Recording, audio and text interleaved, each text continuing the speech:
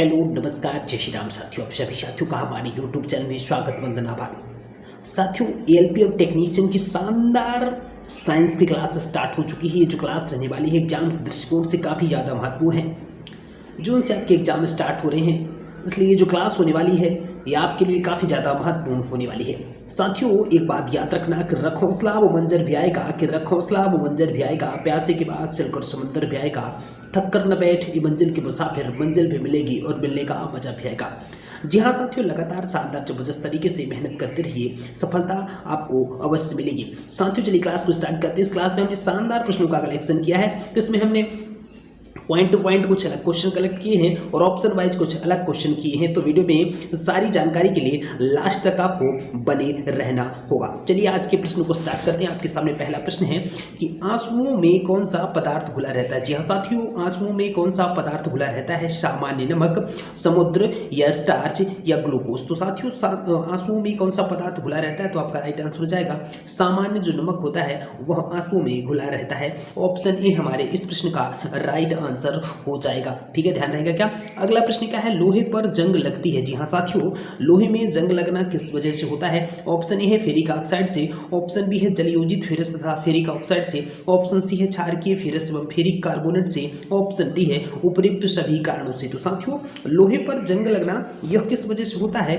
Ferric oxide से भी हो जाता है, लोहे पर जंग लगती है, जलयोजित फेरस तथा फेरिक ऑक्साइड से भी हो जाता है, क्षारकीय फेरस एवं फेरिक कार्बोनेट से भी हो जाता है। इसलिए इसका हमारा राइट आंसर हो जाएगा उपयुक्त सभी कारणों से। ठीक है, ध्यान रहेगा क्या।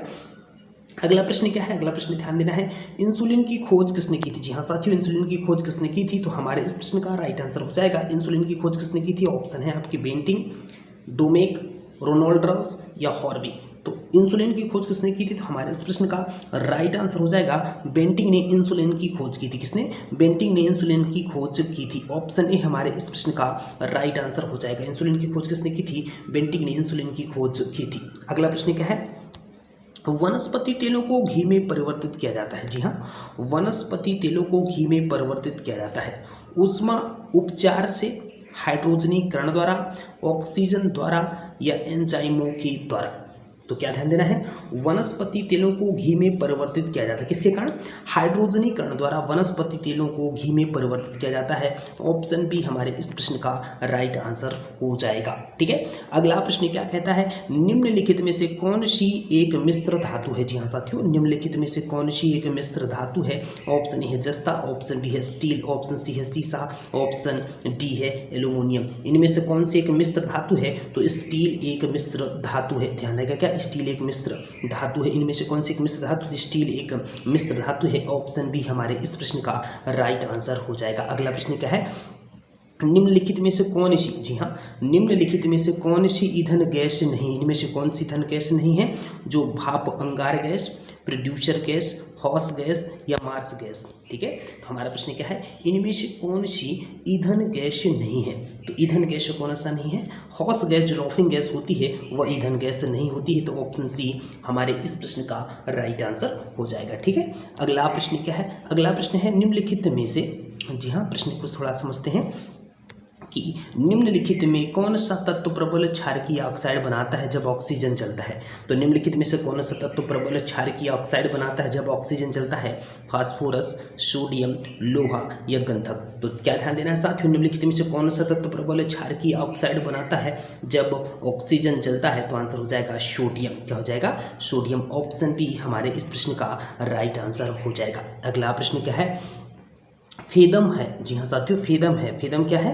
एक मछली होती है। हमारा प्रश्न क्या है? फेदम क्या है? ये फेदम क्या है? एक मछली होती है, एक पौधे का नाम है, एक बर्तन को कहते हैं या एक माप है। तो साथियों क्या ध्यान देना है? जो फेदम होता है यह एक माप का नाम है। किसका? एक माप का नाम है। तो ऑप्शन डी हमारे इस प्रश्न का राइट आंसर हो जाएगा। अगला प्रश्न क्या है? रीचर स्केल किसके नापने में प्रयोग किया जाता है? जी हाँ साथियों, क्या ध्यान देना है? रीचर स्केल किसके नापने में प्रयोग होता है? भूकंप की तीव्रता, वायु की गति, समुद्र की गहराई, शरीर का ताप। तो साथियों रीजर स्केल किसके नापने में प्रयोग होता है? तो हमारे इस प्रश्न का राइट आंसर हो जाएगा रीजर स्केल भूकंप की तीव्रता मापने में प्रयोग होता है। ऑप्शन ए हमारे इस प्रश्न का राइट आंसर हो जाएगा। ठीक है, ध्यान रहेगा क्या। अगला प्रश्न क्या है? डायनामाइट। जी हाँ, डायनामाइट के आविष्कारक निम्नलिखित में से कौन है? साथियों इनमें से डायनामाइट के आविष्कारक कौन है? Einstein, Newton, Alfred Nobel, Madam Curie. तो डायनामाइट के आविष्कारक कौन से हो जाएंगे? अल्फ्रेड जो नोबल है वह डायनामाइट के आविष्कारक हो जाएंगे। ऑप्शन सी हमारे इस प्रश्न का राइट आंसर हो जाएगा। अगला प्रश्न क्या है? प्लास्टर ऑफ पेरिस प्राप्त किया जाता है। जी हाँ साथियों, प्लास्टर ऑफ पेरिस प्राप्त किया जाता है। ऑप्शन ए है सोडियम बाइकार्बोनेट से, ऑप्शन बी है जिप्सम से, ऑप्शन सी है यूरिया से, ऑप्शन डी है कार्बन से। तो साथियों प्लास्टर ऑफ पेरिस जो है वह किससे प्राप्त किया जाता है? तो क्या ध्यान देना है? जिप्सम से। किससे? जिप्सम से प्लास्टर ऑफ पेरिस को प्राप्त किया जाता है। तो ऑप्शन बी हमारे इस प्रश्न का राइट आंसर हो जाएगा। अगला प्रश्न क्या है? चिकित्सा व युद्ध। जी हाँ, क्या ध्यान देना है कि चिकित्सा व युद्ध में प्रयोग के लिए किन किरणों पर नवीनतम अनुसंधान हो रहा है? जी हाँ साथियों, क्या ध्यान देना है? हमारे ऑप्शन है चिकित्सा व युद्धों में उपयोग के लिए किन किरणों पर नवीनतम अनुसंधान हो रहा है? ऑप्शन ए है एक्स किरणें, ऑप्शन बी है लेजर किरणें, ऑप्शन सी है गामा किरणें, ऑप्शन डी है कैथोड किरणें। तो साथियों चिकित्सा व युद्ध में उपयोग के लिए किन किरणों पर अनुसंधान चल रहा है? हमारा राइट आंसर हो जाएगा लेजर किरणें। ऑप्शन बी हमारे इस प्रश्न का राइट आंसर हो जाएगा। ठीक है, अगला प्रश्न क्या है? रडार। जी हाँ साथियों, रडार में किस प्रकार की तरंगे होती हैं? क्या ध्यान देना है कि जो ये रडार होती है उसमें किस प्रकार की तरंगे होती हैं? ऑप्शन ए विद्युत तरंगे, ऑप्शन बी है विद्युत चुंबकीय तरंगे, ऑप्शन सी है ध्वनि तरंगे, ऑप्शन डी है उपयुक्त में से कोई नहीं। तो साथियों क्या ध्यान देना है? जो रडार होती हैं यह विद्युत चुंबकीय तरंगे होती हैं। क्या होती हैं? रडार विद्युत चुंबकीय तरंगे होती हैं। तो ऑप्शन बी हमारे इस प्रश्न का राइट आंसर हो जाएगा। आकाश के नीले दिखाई देने का मुख्य कारण क्या है? जी हाँ साथियों, आकाश के नीले दिखाई देने का मुख्य कारण है ऑप्शन ए सूर्य की रोशनी नीली होती है, वायुमंडल में उपस्थित धूल आदि के कणों द्वारा और सौर किरणों का प्रकीर्णन, या प्रकाश का परावर्तन, या प्रकाश का अपवर्तन। तो साथियों आकाश के नीले दिखाई देने का मुख्य कारण क्या हो जाएगा? आकाश नीला दिखाई देता है किस वजह से दिखाई देता है? क्योंकि उसमें क्या होता है? क्या है इस प्रश्न का राइट आंसर? सूर्य की रोशनी नीली होती है इस वजह से, या वायुमंडल में उपस्थित धूल आदि के कणों द्वारा सौर किरणों का प्रकीर्णन होता है, या प्रकाश का परावर्तन होता है, या हमारे इस प्रश्न का राइट आंसर क्या हो जाएगा? इस नीले दिखाई देने क्या होता है? नीला किस क्योंकि जो नीला रंग होता है वो अत्यधिक क्या होता है? परिवर्तित होता है। तो वायुमंडल में उपस्थित धूल आदि कणों द्वारा सौर किरणों का जो प्रकीर्णन होता है। तो ऑप्शन बी हमारे इस प्रश्न का राइट आंसर हो जाएगा। ध्यान रहेगा क्या? ऑप्शन बी हमारे इस प्रश्न का राइट आंसर हो जाएगा। अगला प्रश्न क्या है? अगला प्रश्न क्या ध्यान देना है? तेज गति से आता हुआ वाहन। जी हाँ साथियों, प्रश्न हमारा क्या है? प्रश्न को थोड़ा सा समझने का प्रयास करिएगा। क्या कि तेज गति से आता हुआ वाहन हॉर्न बजाता है तो उसका पिच उतना ही सुनाई देता है, अधिक सुनाई देता है, कम सुनाई देता है, या पहले कम और फिर अधिक? तो साथियों तेज गति से आता हुआ वाहन हॉर्न बजाता है तो उसका पिच अधिक सुनाई देता है। कैसा? अधिक सुनाई देता। ऑप्शन बी हमारे इस प्रश्न का राइट आंसर हो जाएगा। तेज गति से आता हुआ वाहन हॉर्न बजाता है तो उसका पिच अधिक सुनाई देता है। ऑप्शन बी हमारे इस प्रश्न का राइट आंसर हो जाएगा। अगला प्रश्न क्या है? ये थोड़ा सा वन लाइनर देख लेते हैं जो एग्जाम के दृष्टिकोण से काफ़ी ज़्यादा महत्वपूर्ण, फटाफट शानदार तरीके से। प्रश्न क्या है? सर्वदाता रक्त समूह। जी हाँ साथियों, सर्वदाता रक्त समूह कौन होता है? ओ जो होता है वो सर्वदाता रक्त समूह होता है। सर्वग्राही रक्त समूह कौन होता है? तो ए बी जो होता है, ए बी ब्लड ग्रुप, वह सर्वग्राही रक्त समूह होता है। अगला प्रश्न क्या है? R H. जी हाँ साथियों, आर एच फैक्टर संबंधित है, किससे संबंधित है? रक्त से। आर एच फैक्टर का संबंध रक्त से है। फैक्टर के खोजकर्ता कौन है? तो लैंडस्नेयर एवं वीनर जो है वह फैक्टर की खोज करता है। अगला प्रश्न क्या है? रक्त को शुद्ध करता है। जी हाँ साथियों, कौन सा अंग रक्त को शुद्ध करता है? तो हमारे इस प्रश्न का राइट आंसर हो जाएगा जो किडनी यानी कि वृक्क होता है वह रक्त को शुद्ध करता है। वृक्क का भार होता है, तो इस प्रश्न का राइट आंसर हो जाएगा 150 ग्राम वृक्क का भार होता है। रक्त 1 बिलियन है। जी हाँ साथियों, रक्त कैसा 1 बिलियन है? तो रक्त एक क्षारीय विलयन है। कैसा? क्षारीय विलयन रक्त होता है। अगला प्रश्न क्या है? रक्त का पीएच मान होता है। जी हाँ साथियों, रक्त का पीएच मान होता है 7.4 जो होता है रक्त का पीएच मान होता है। हृदय की धड़कन का नियंत्रक है। जी हाँ साथियों, हृदय की धड़कन का नियंत्रक कौन है? पेसमेकर जो होता है वह हृदय की धड़कन का नियंत्रक होता है।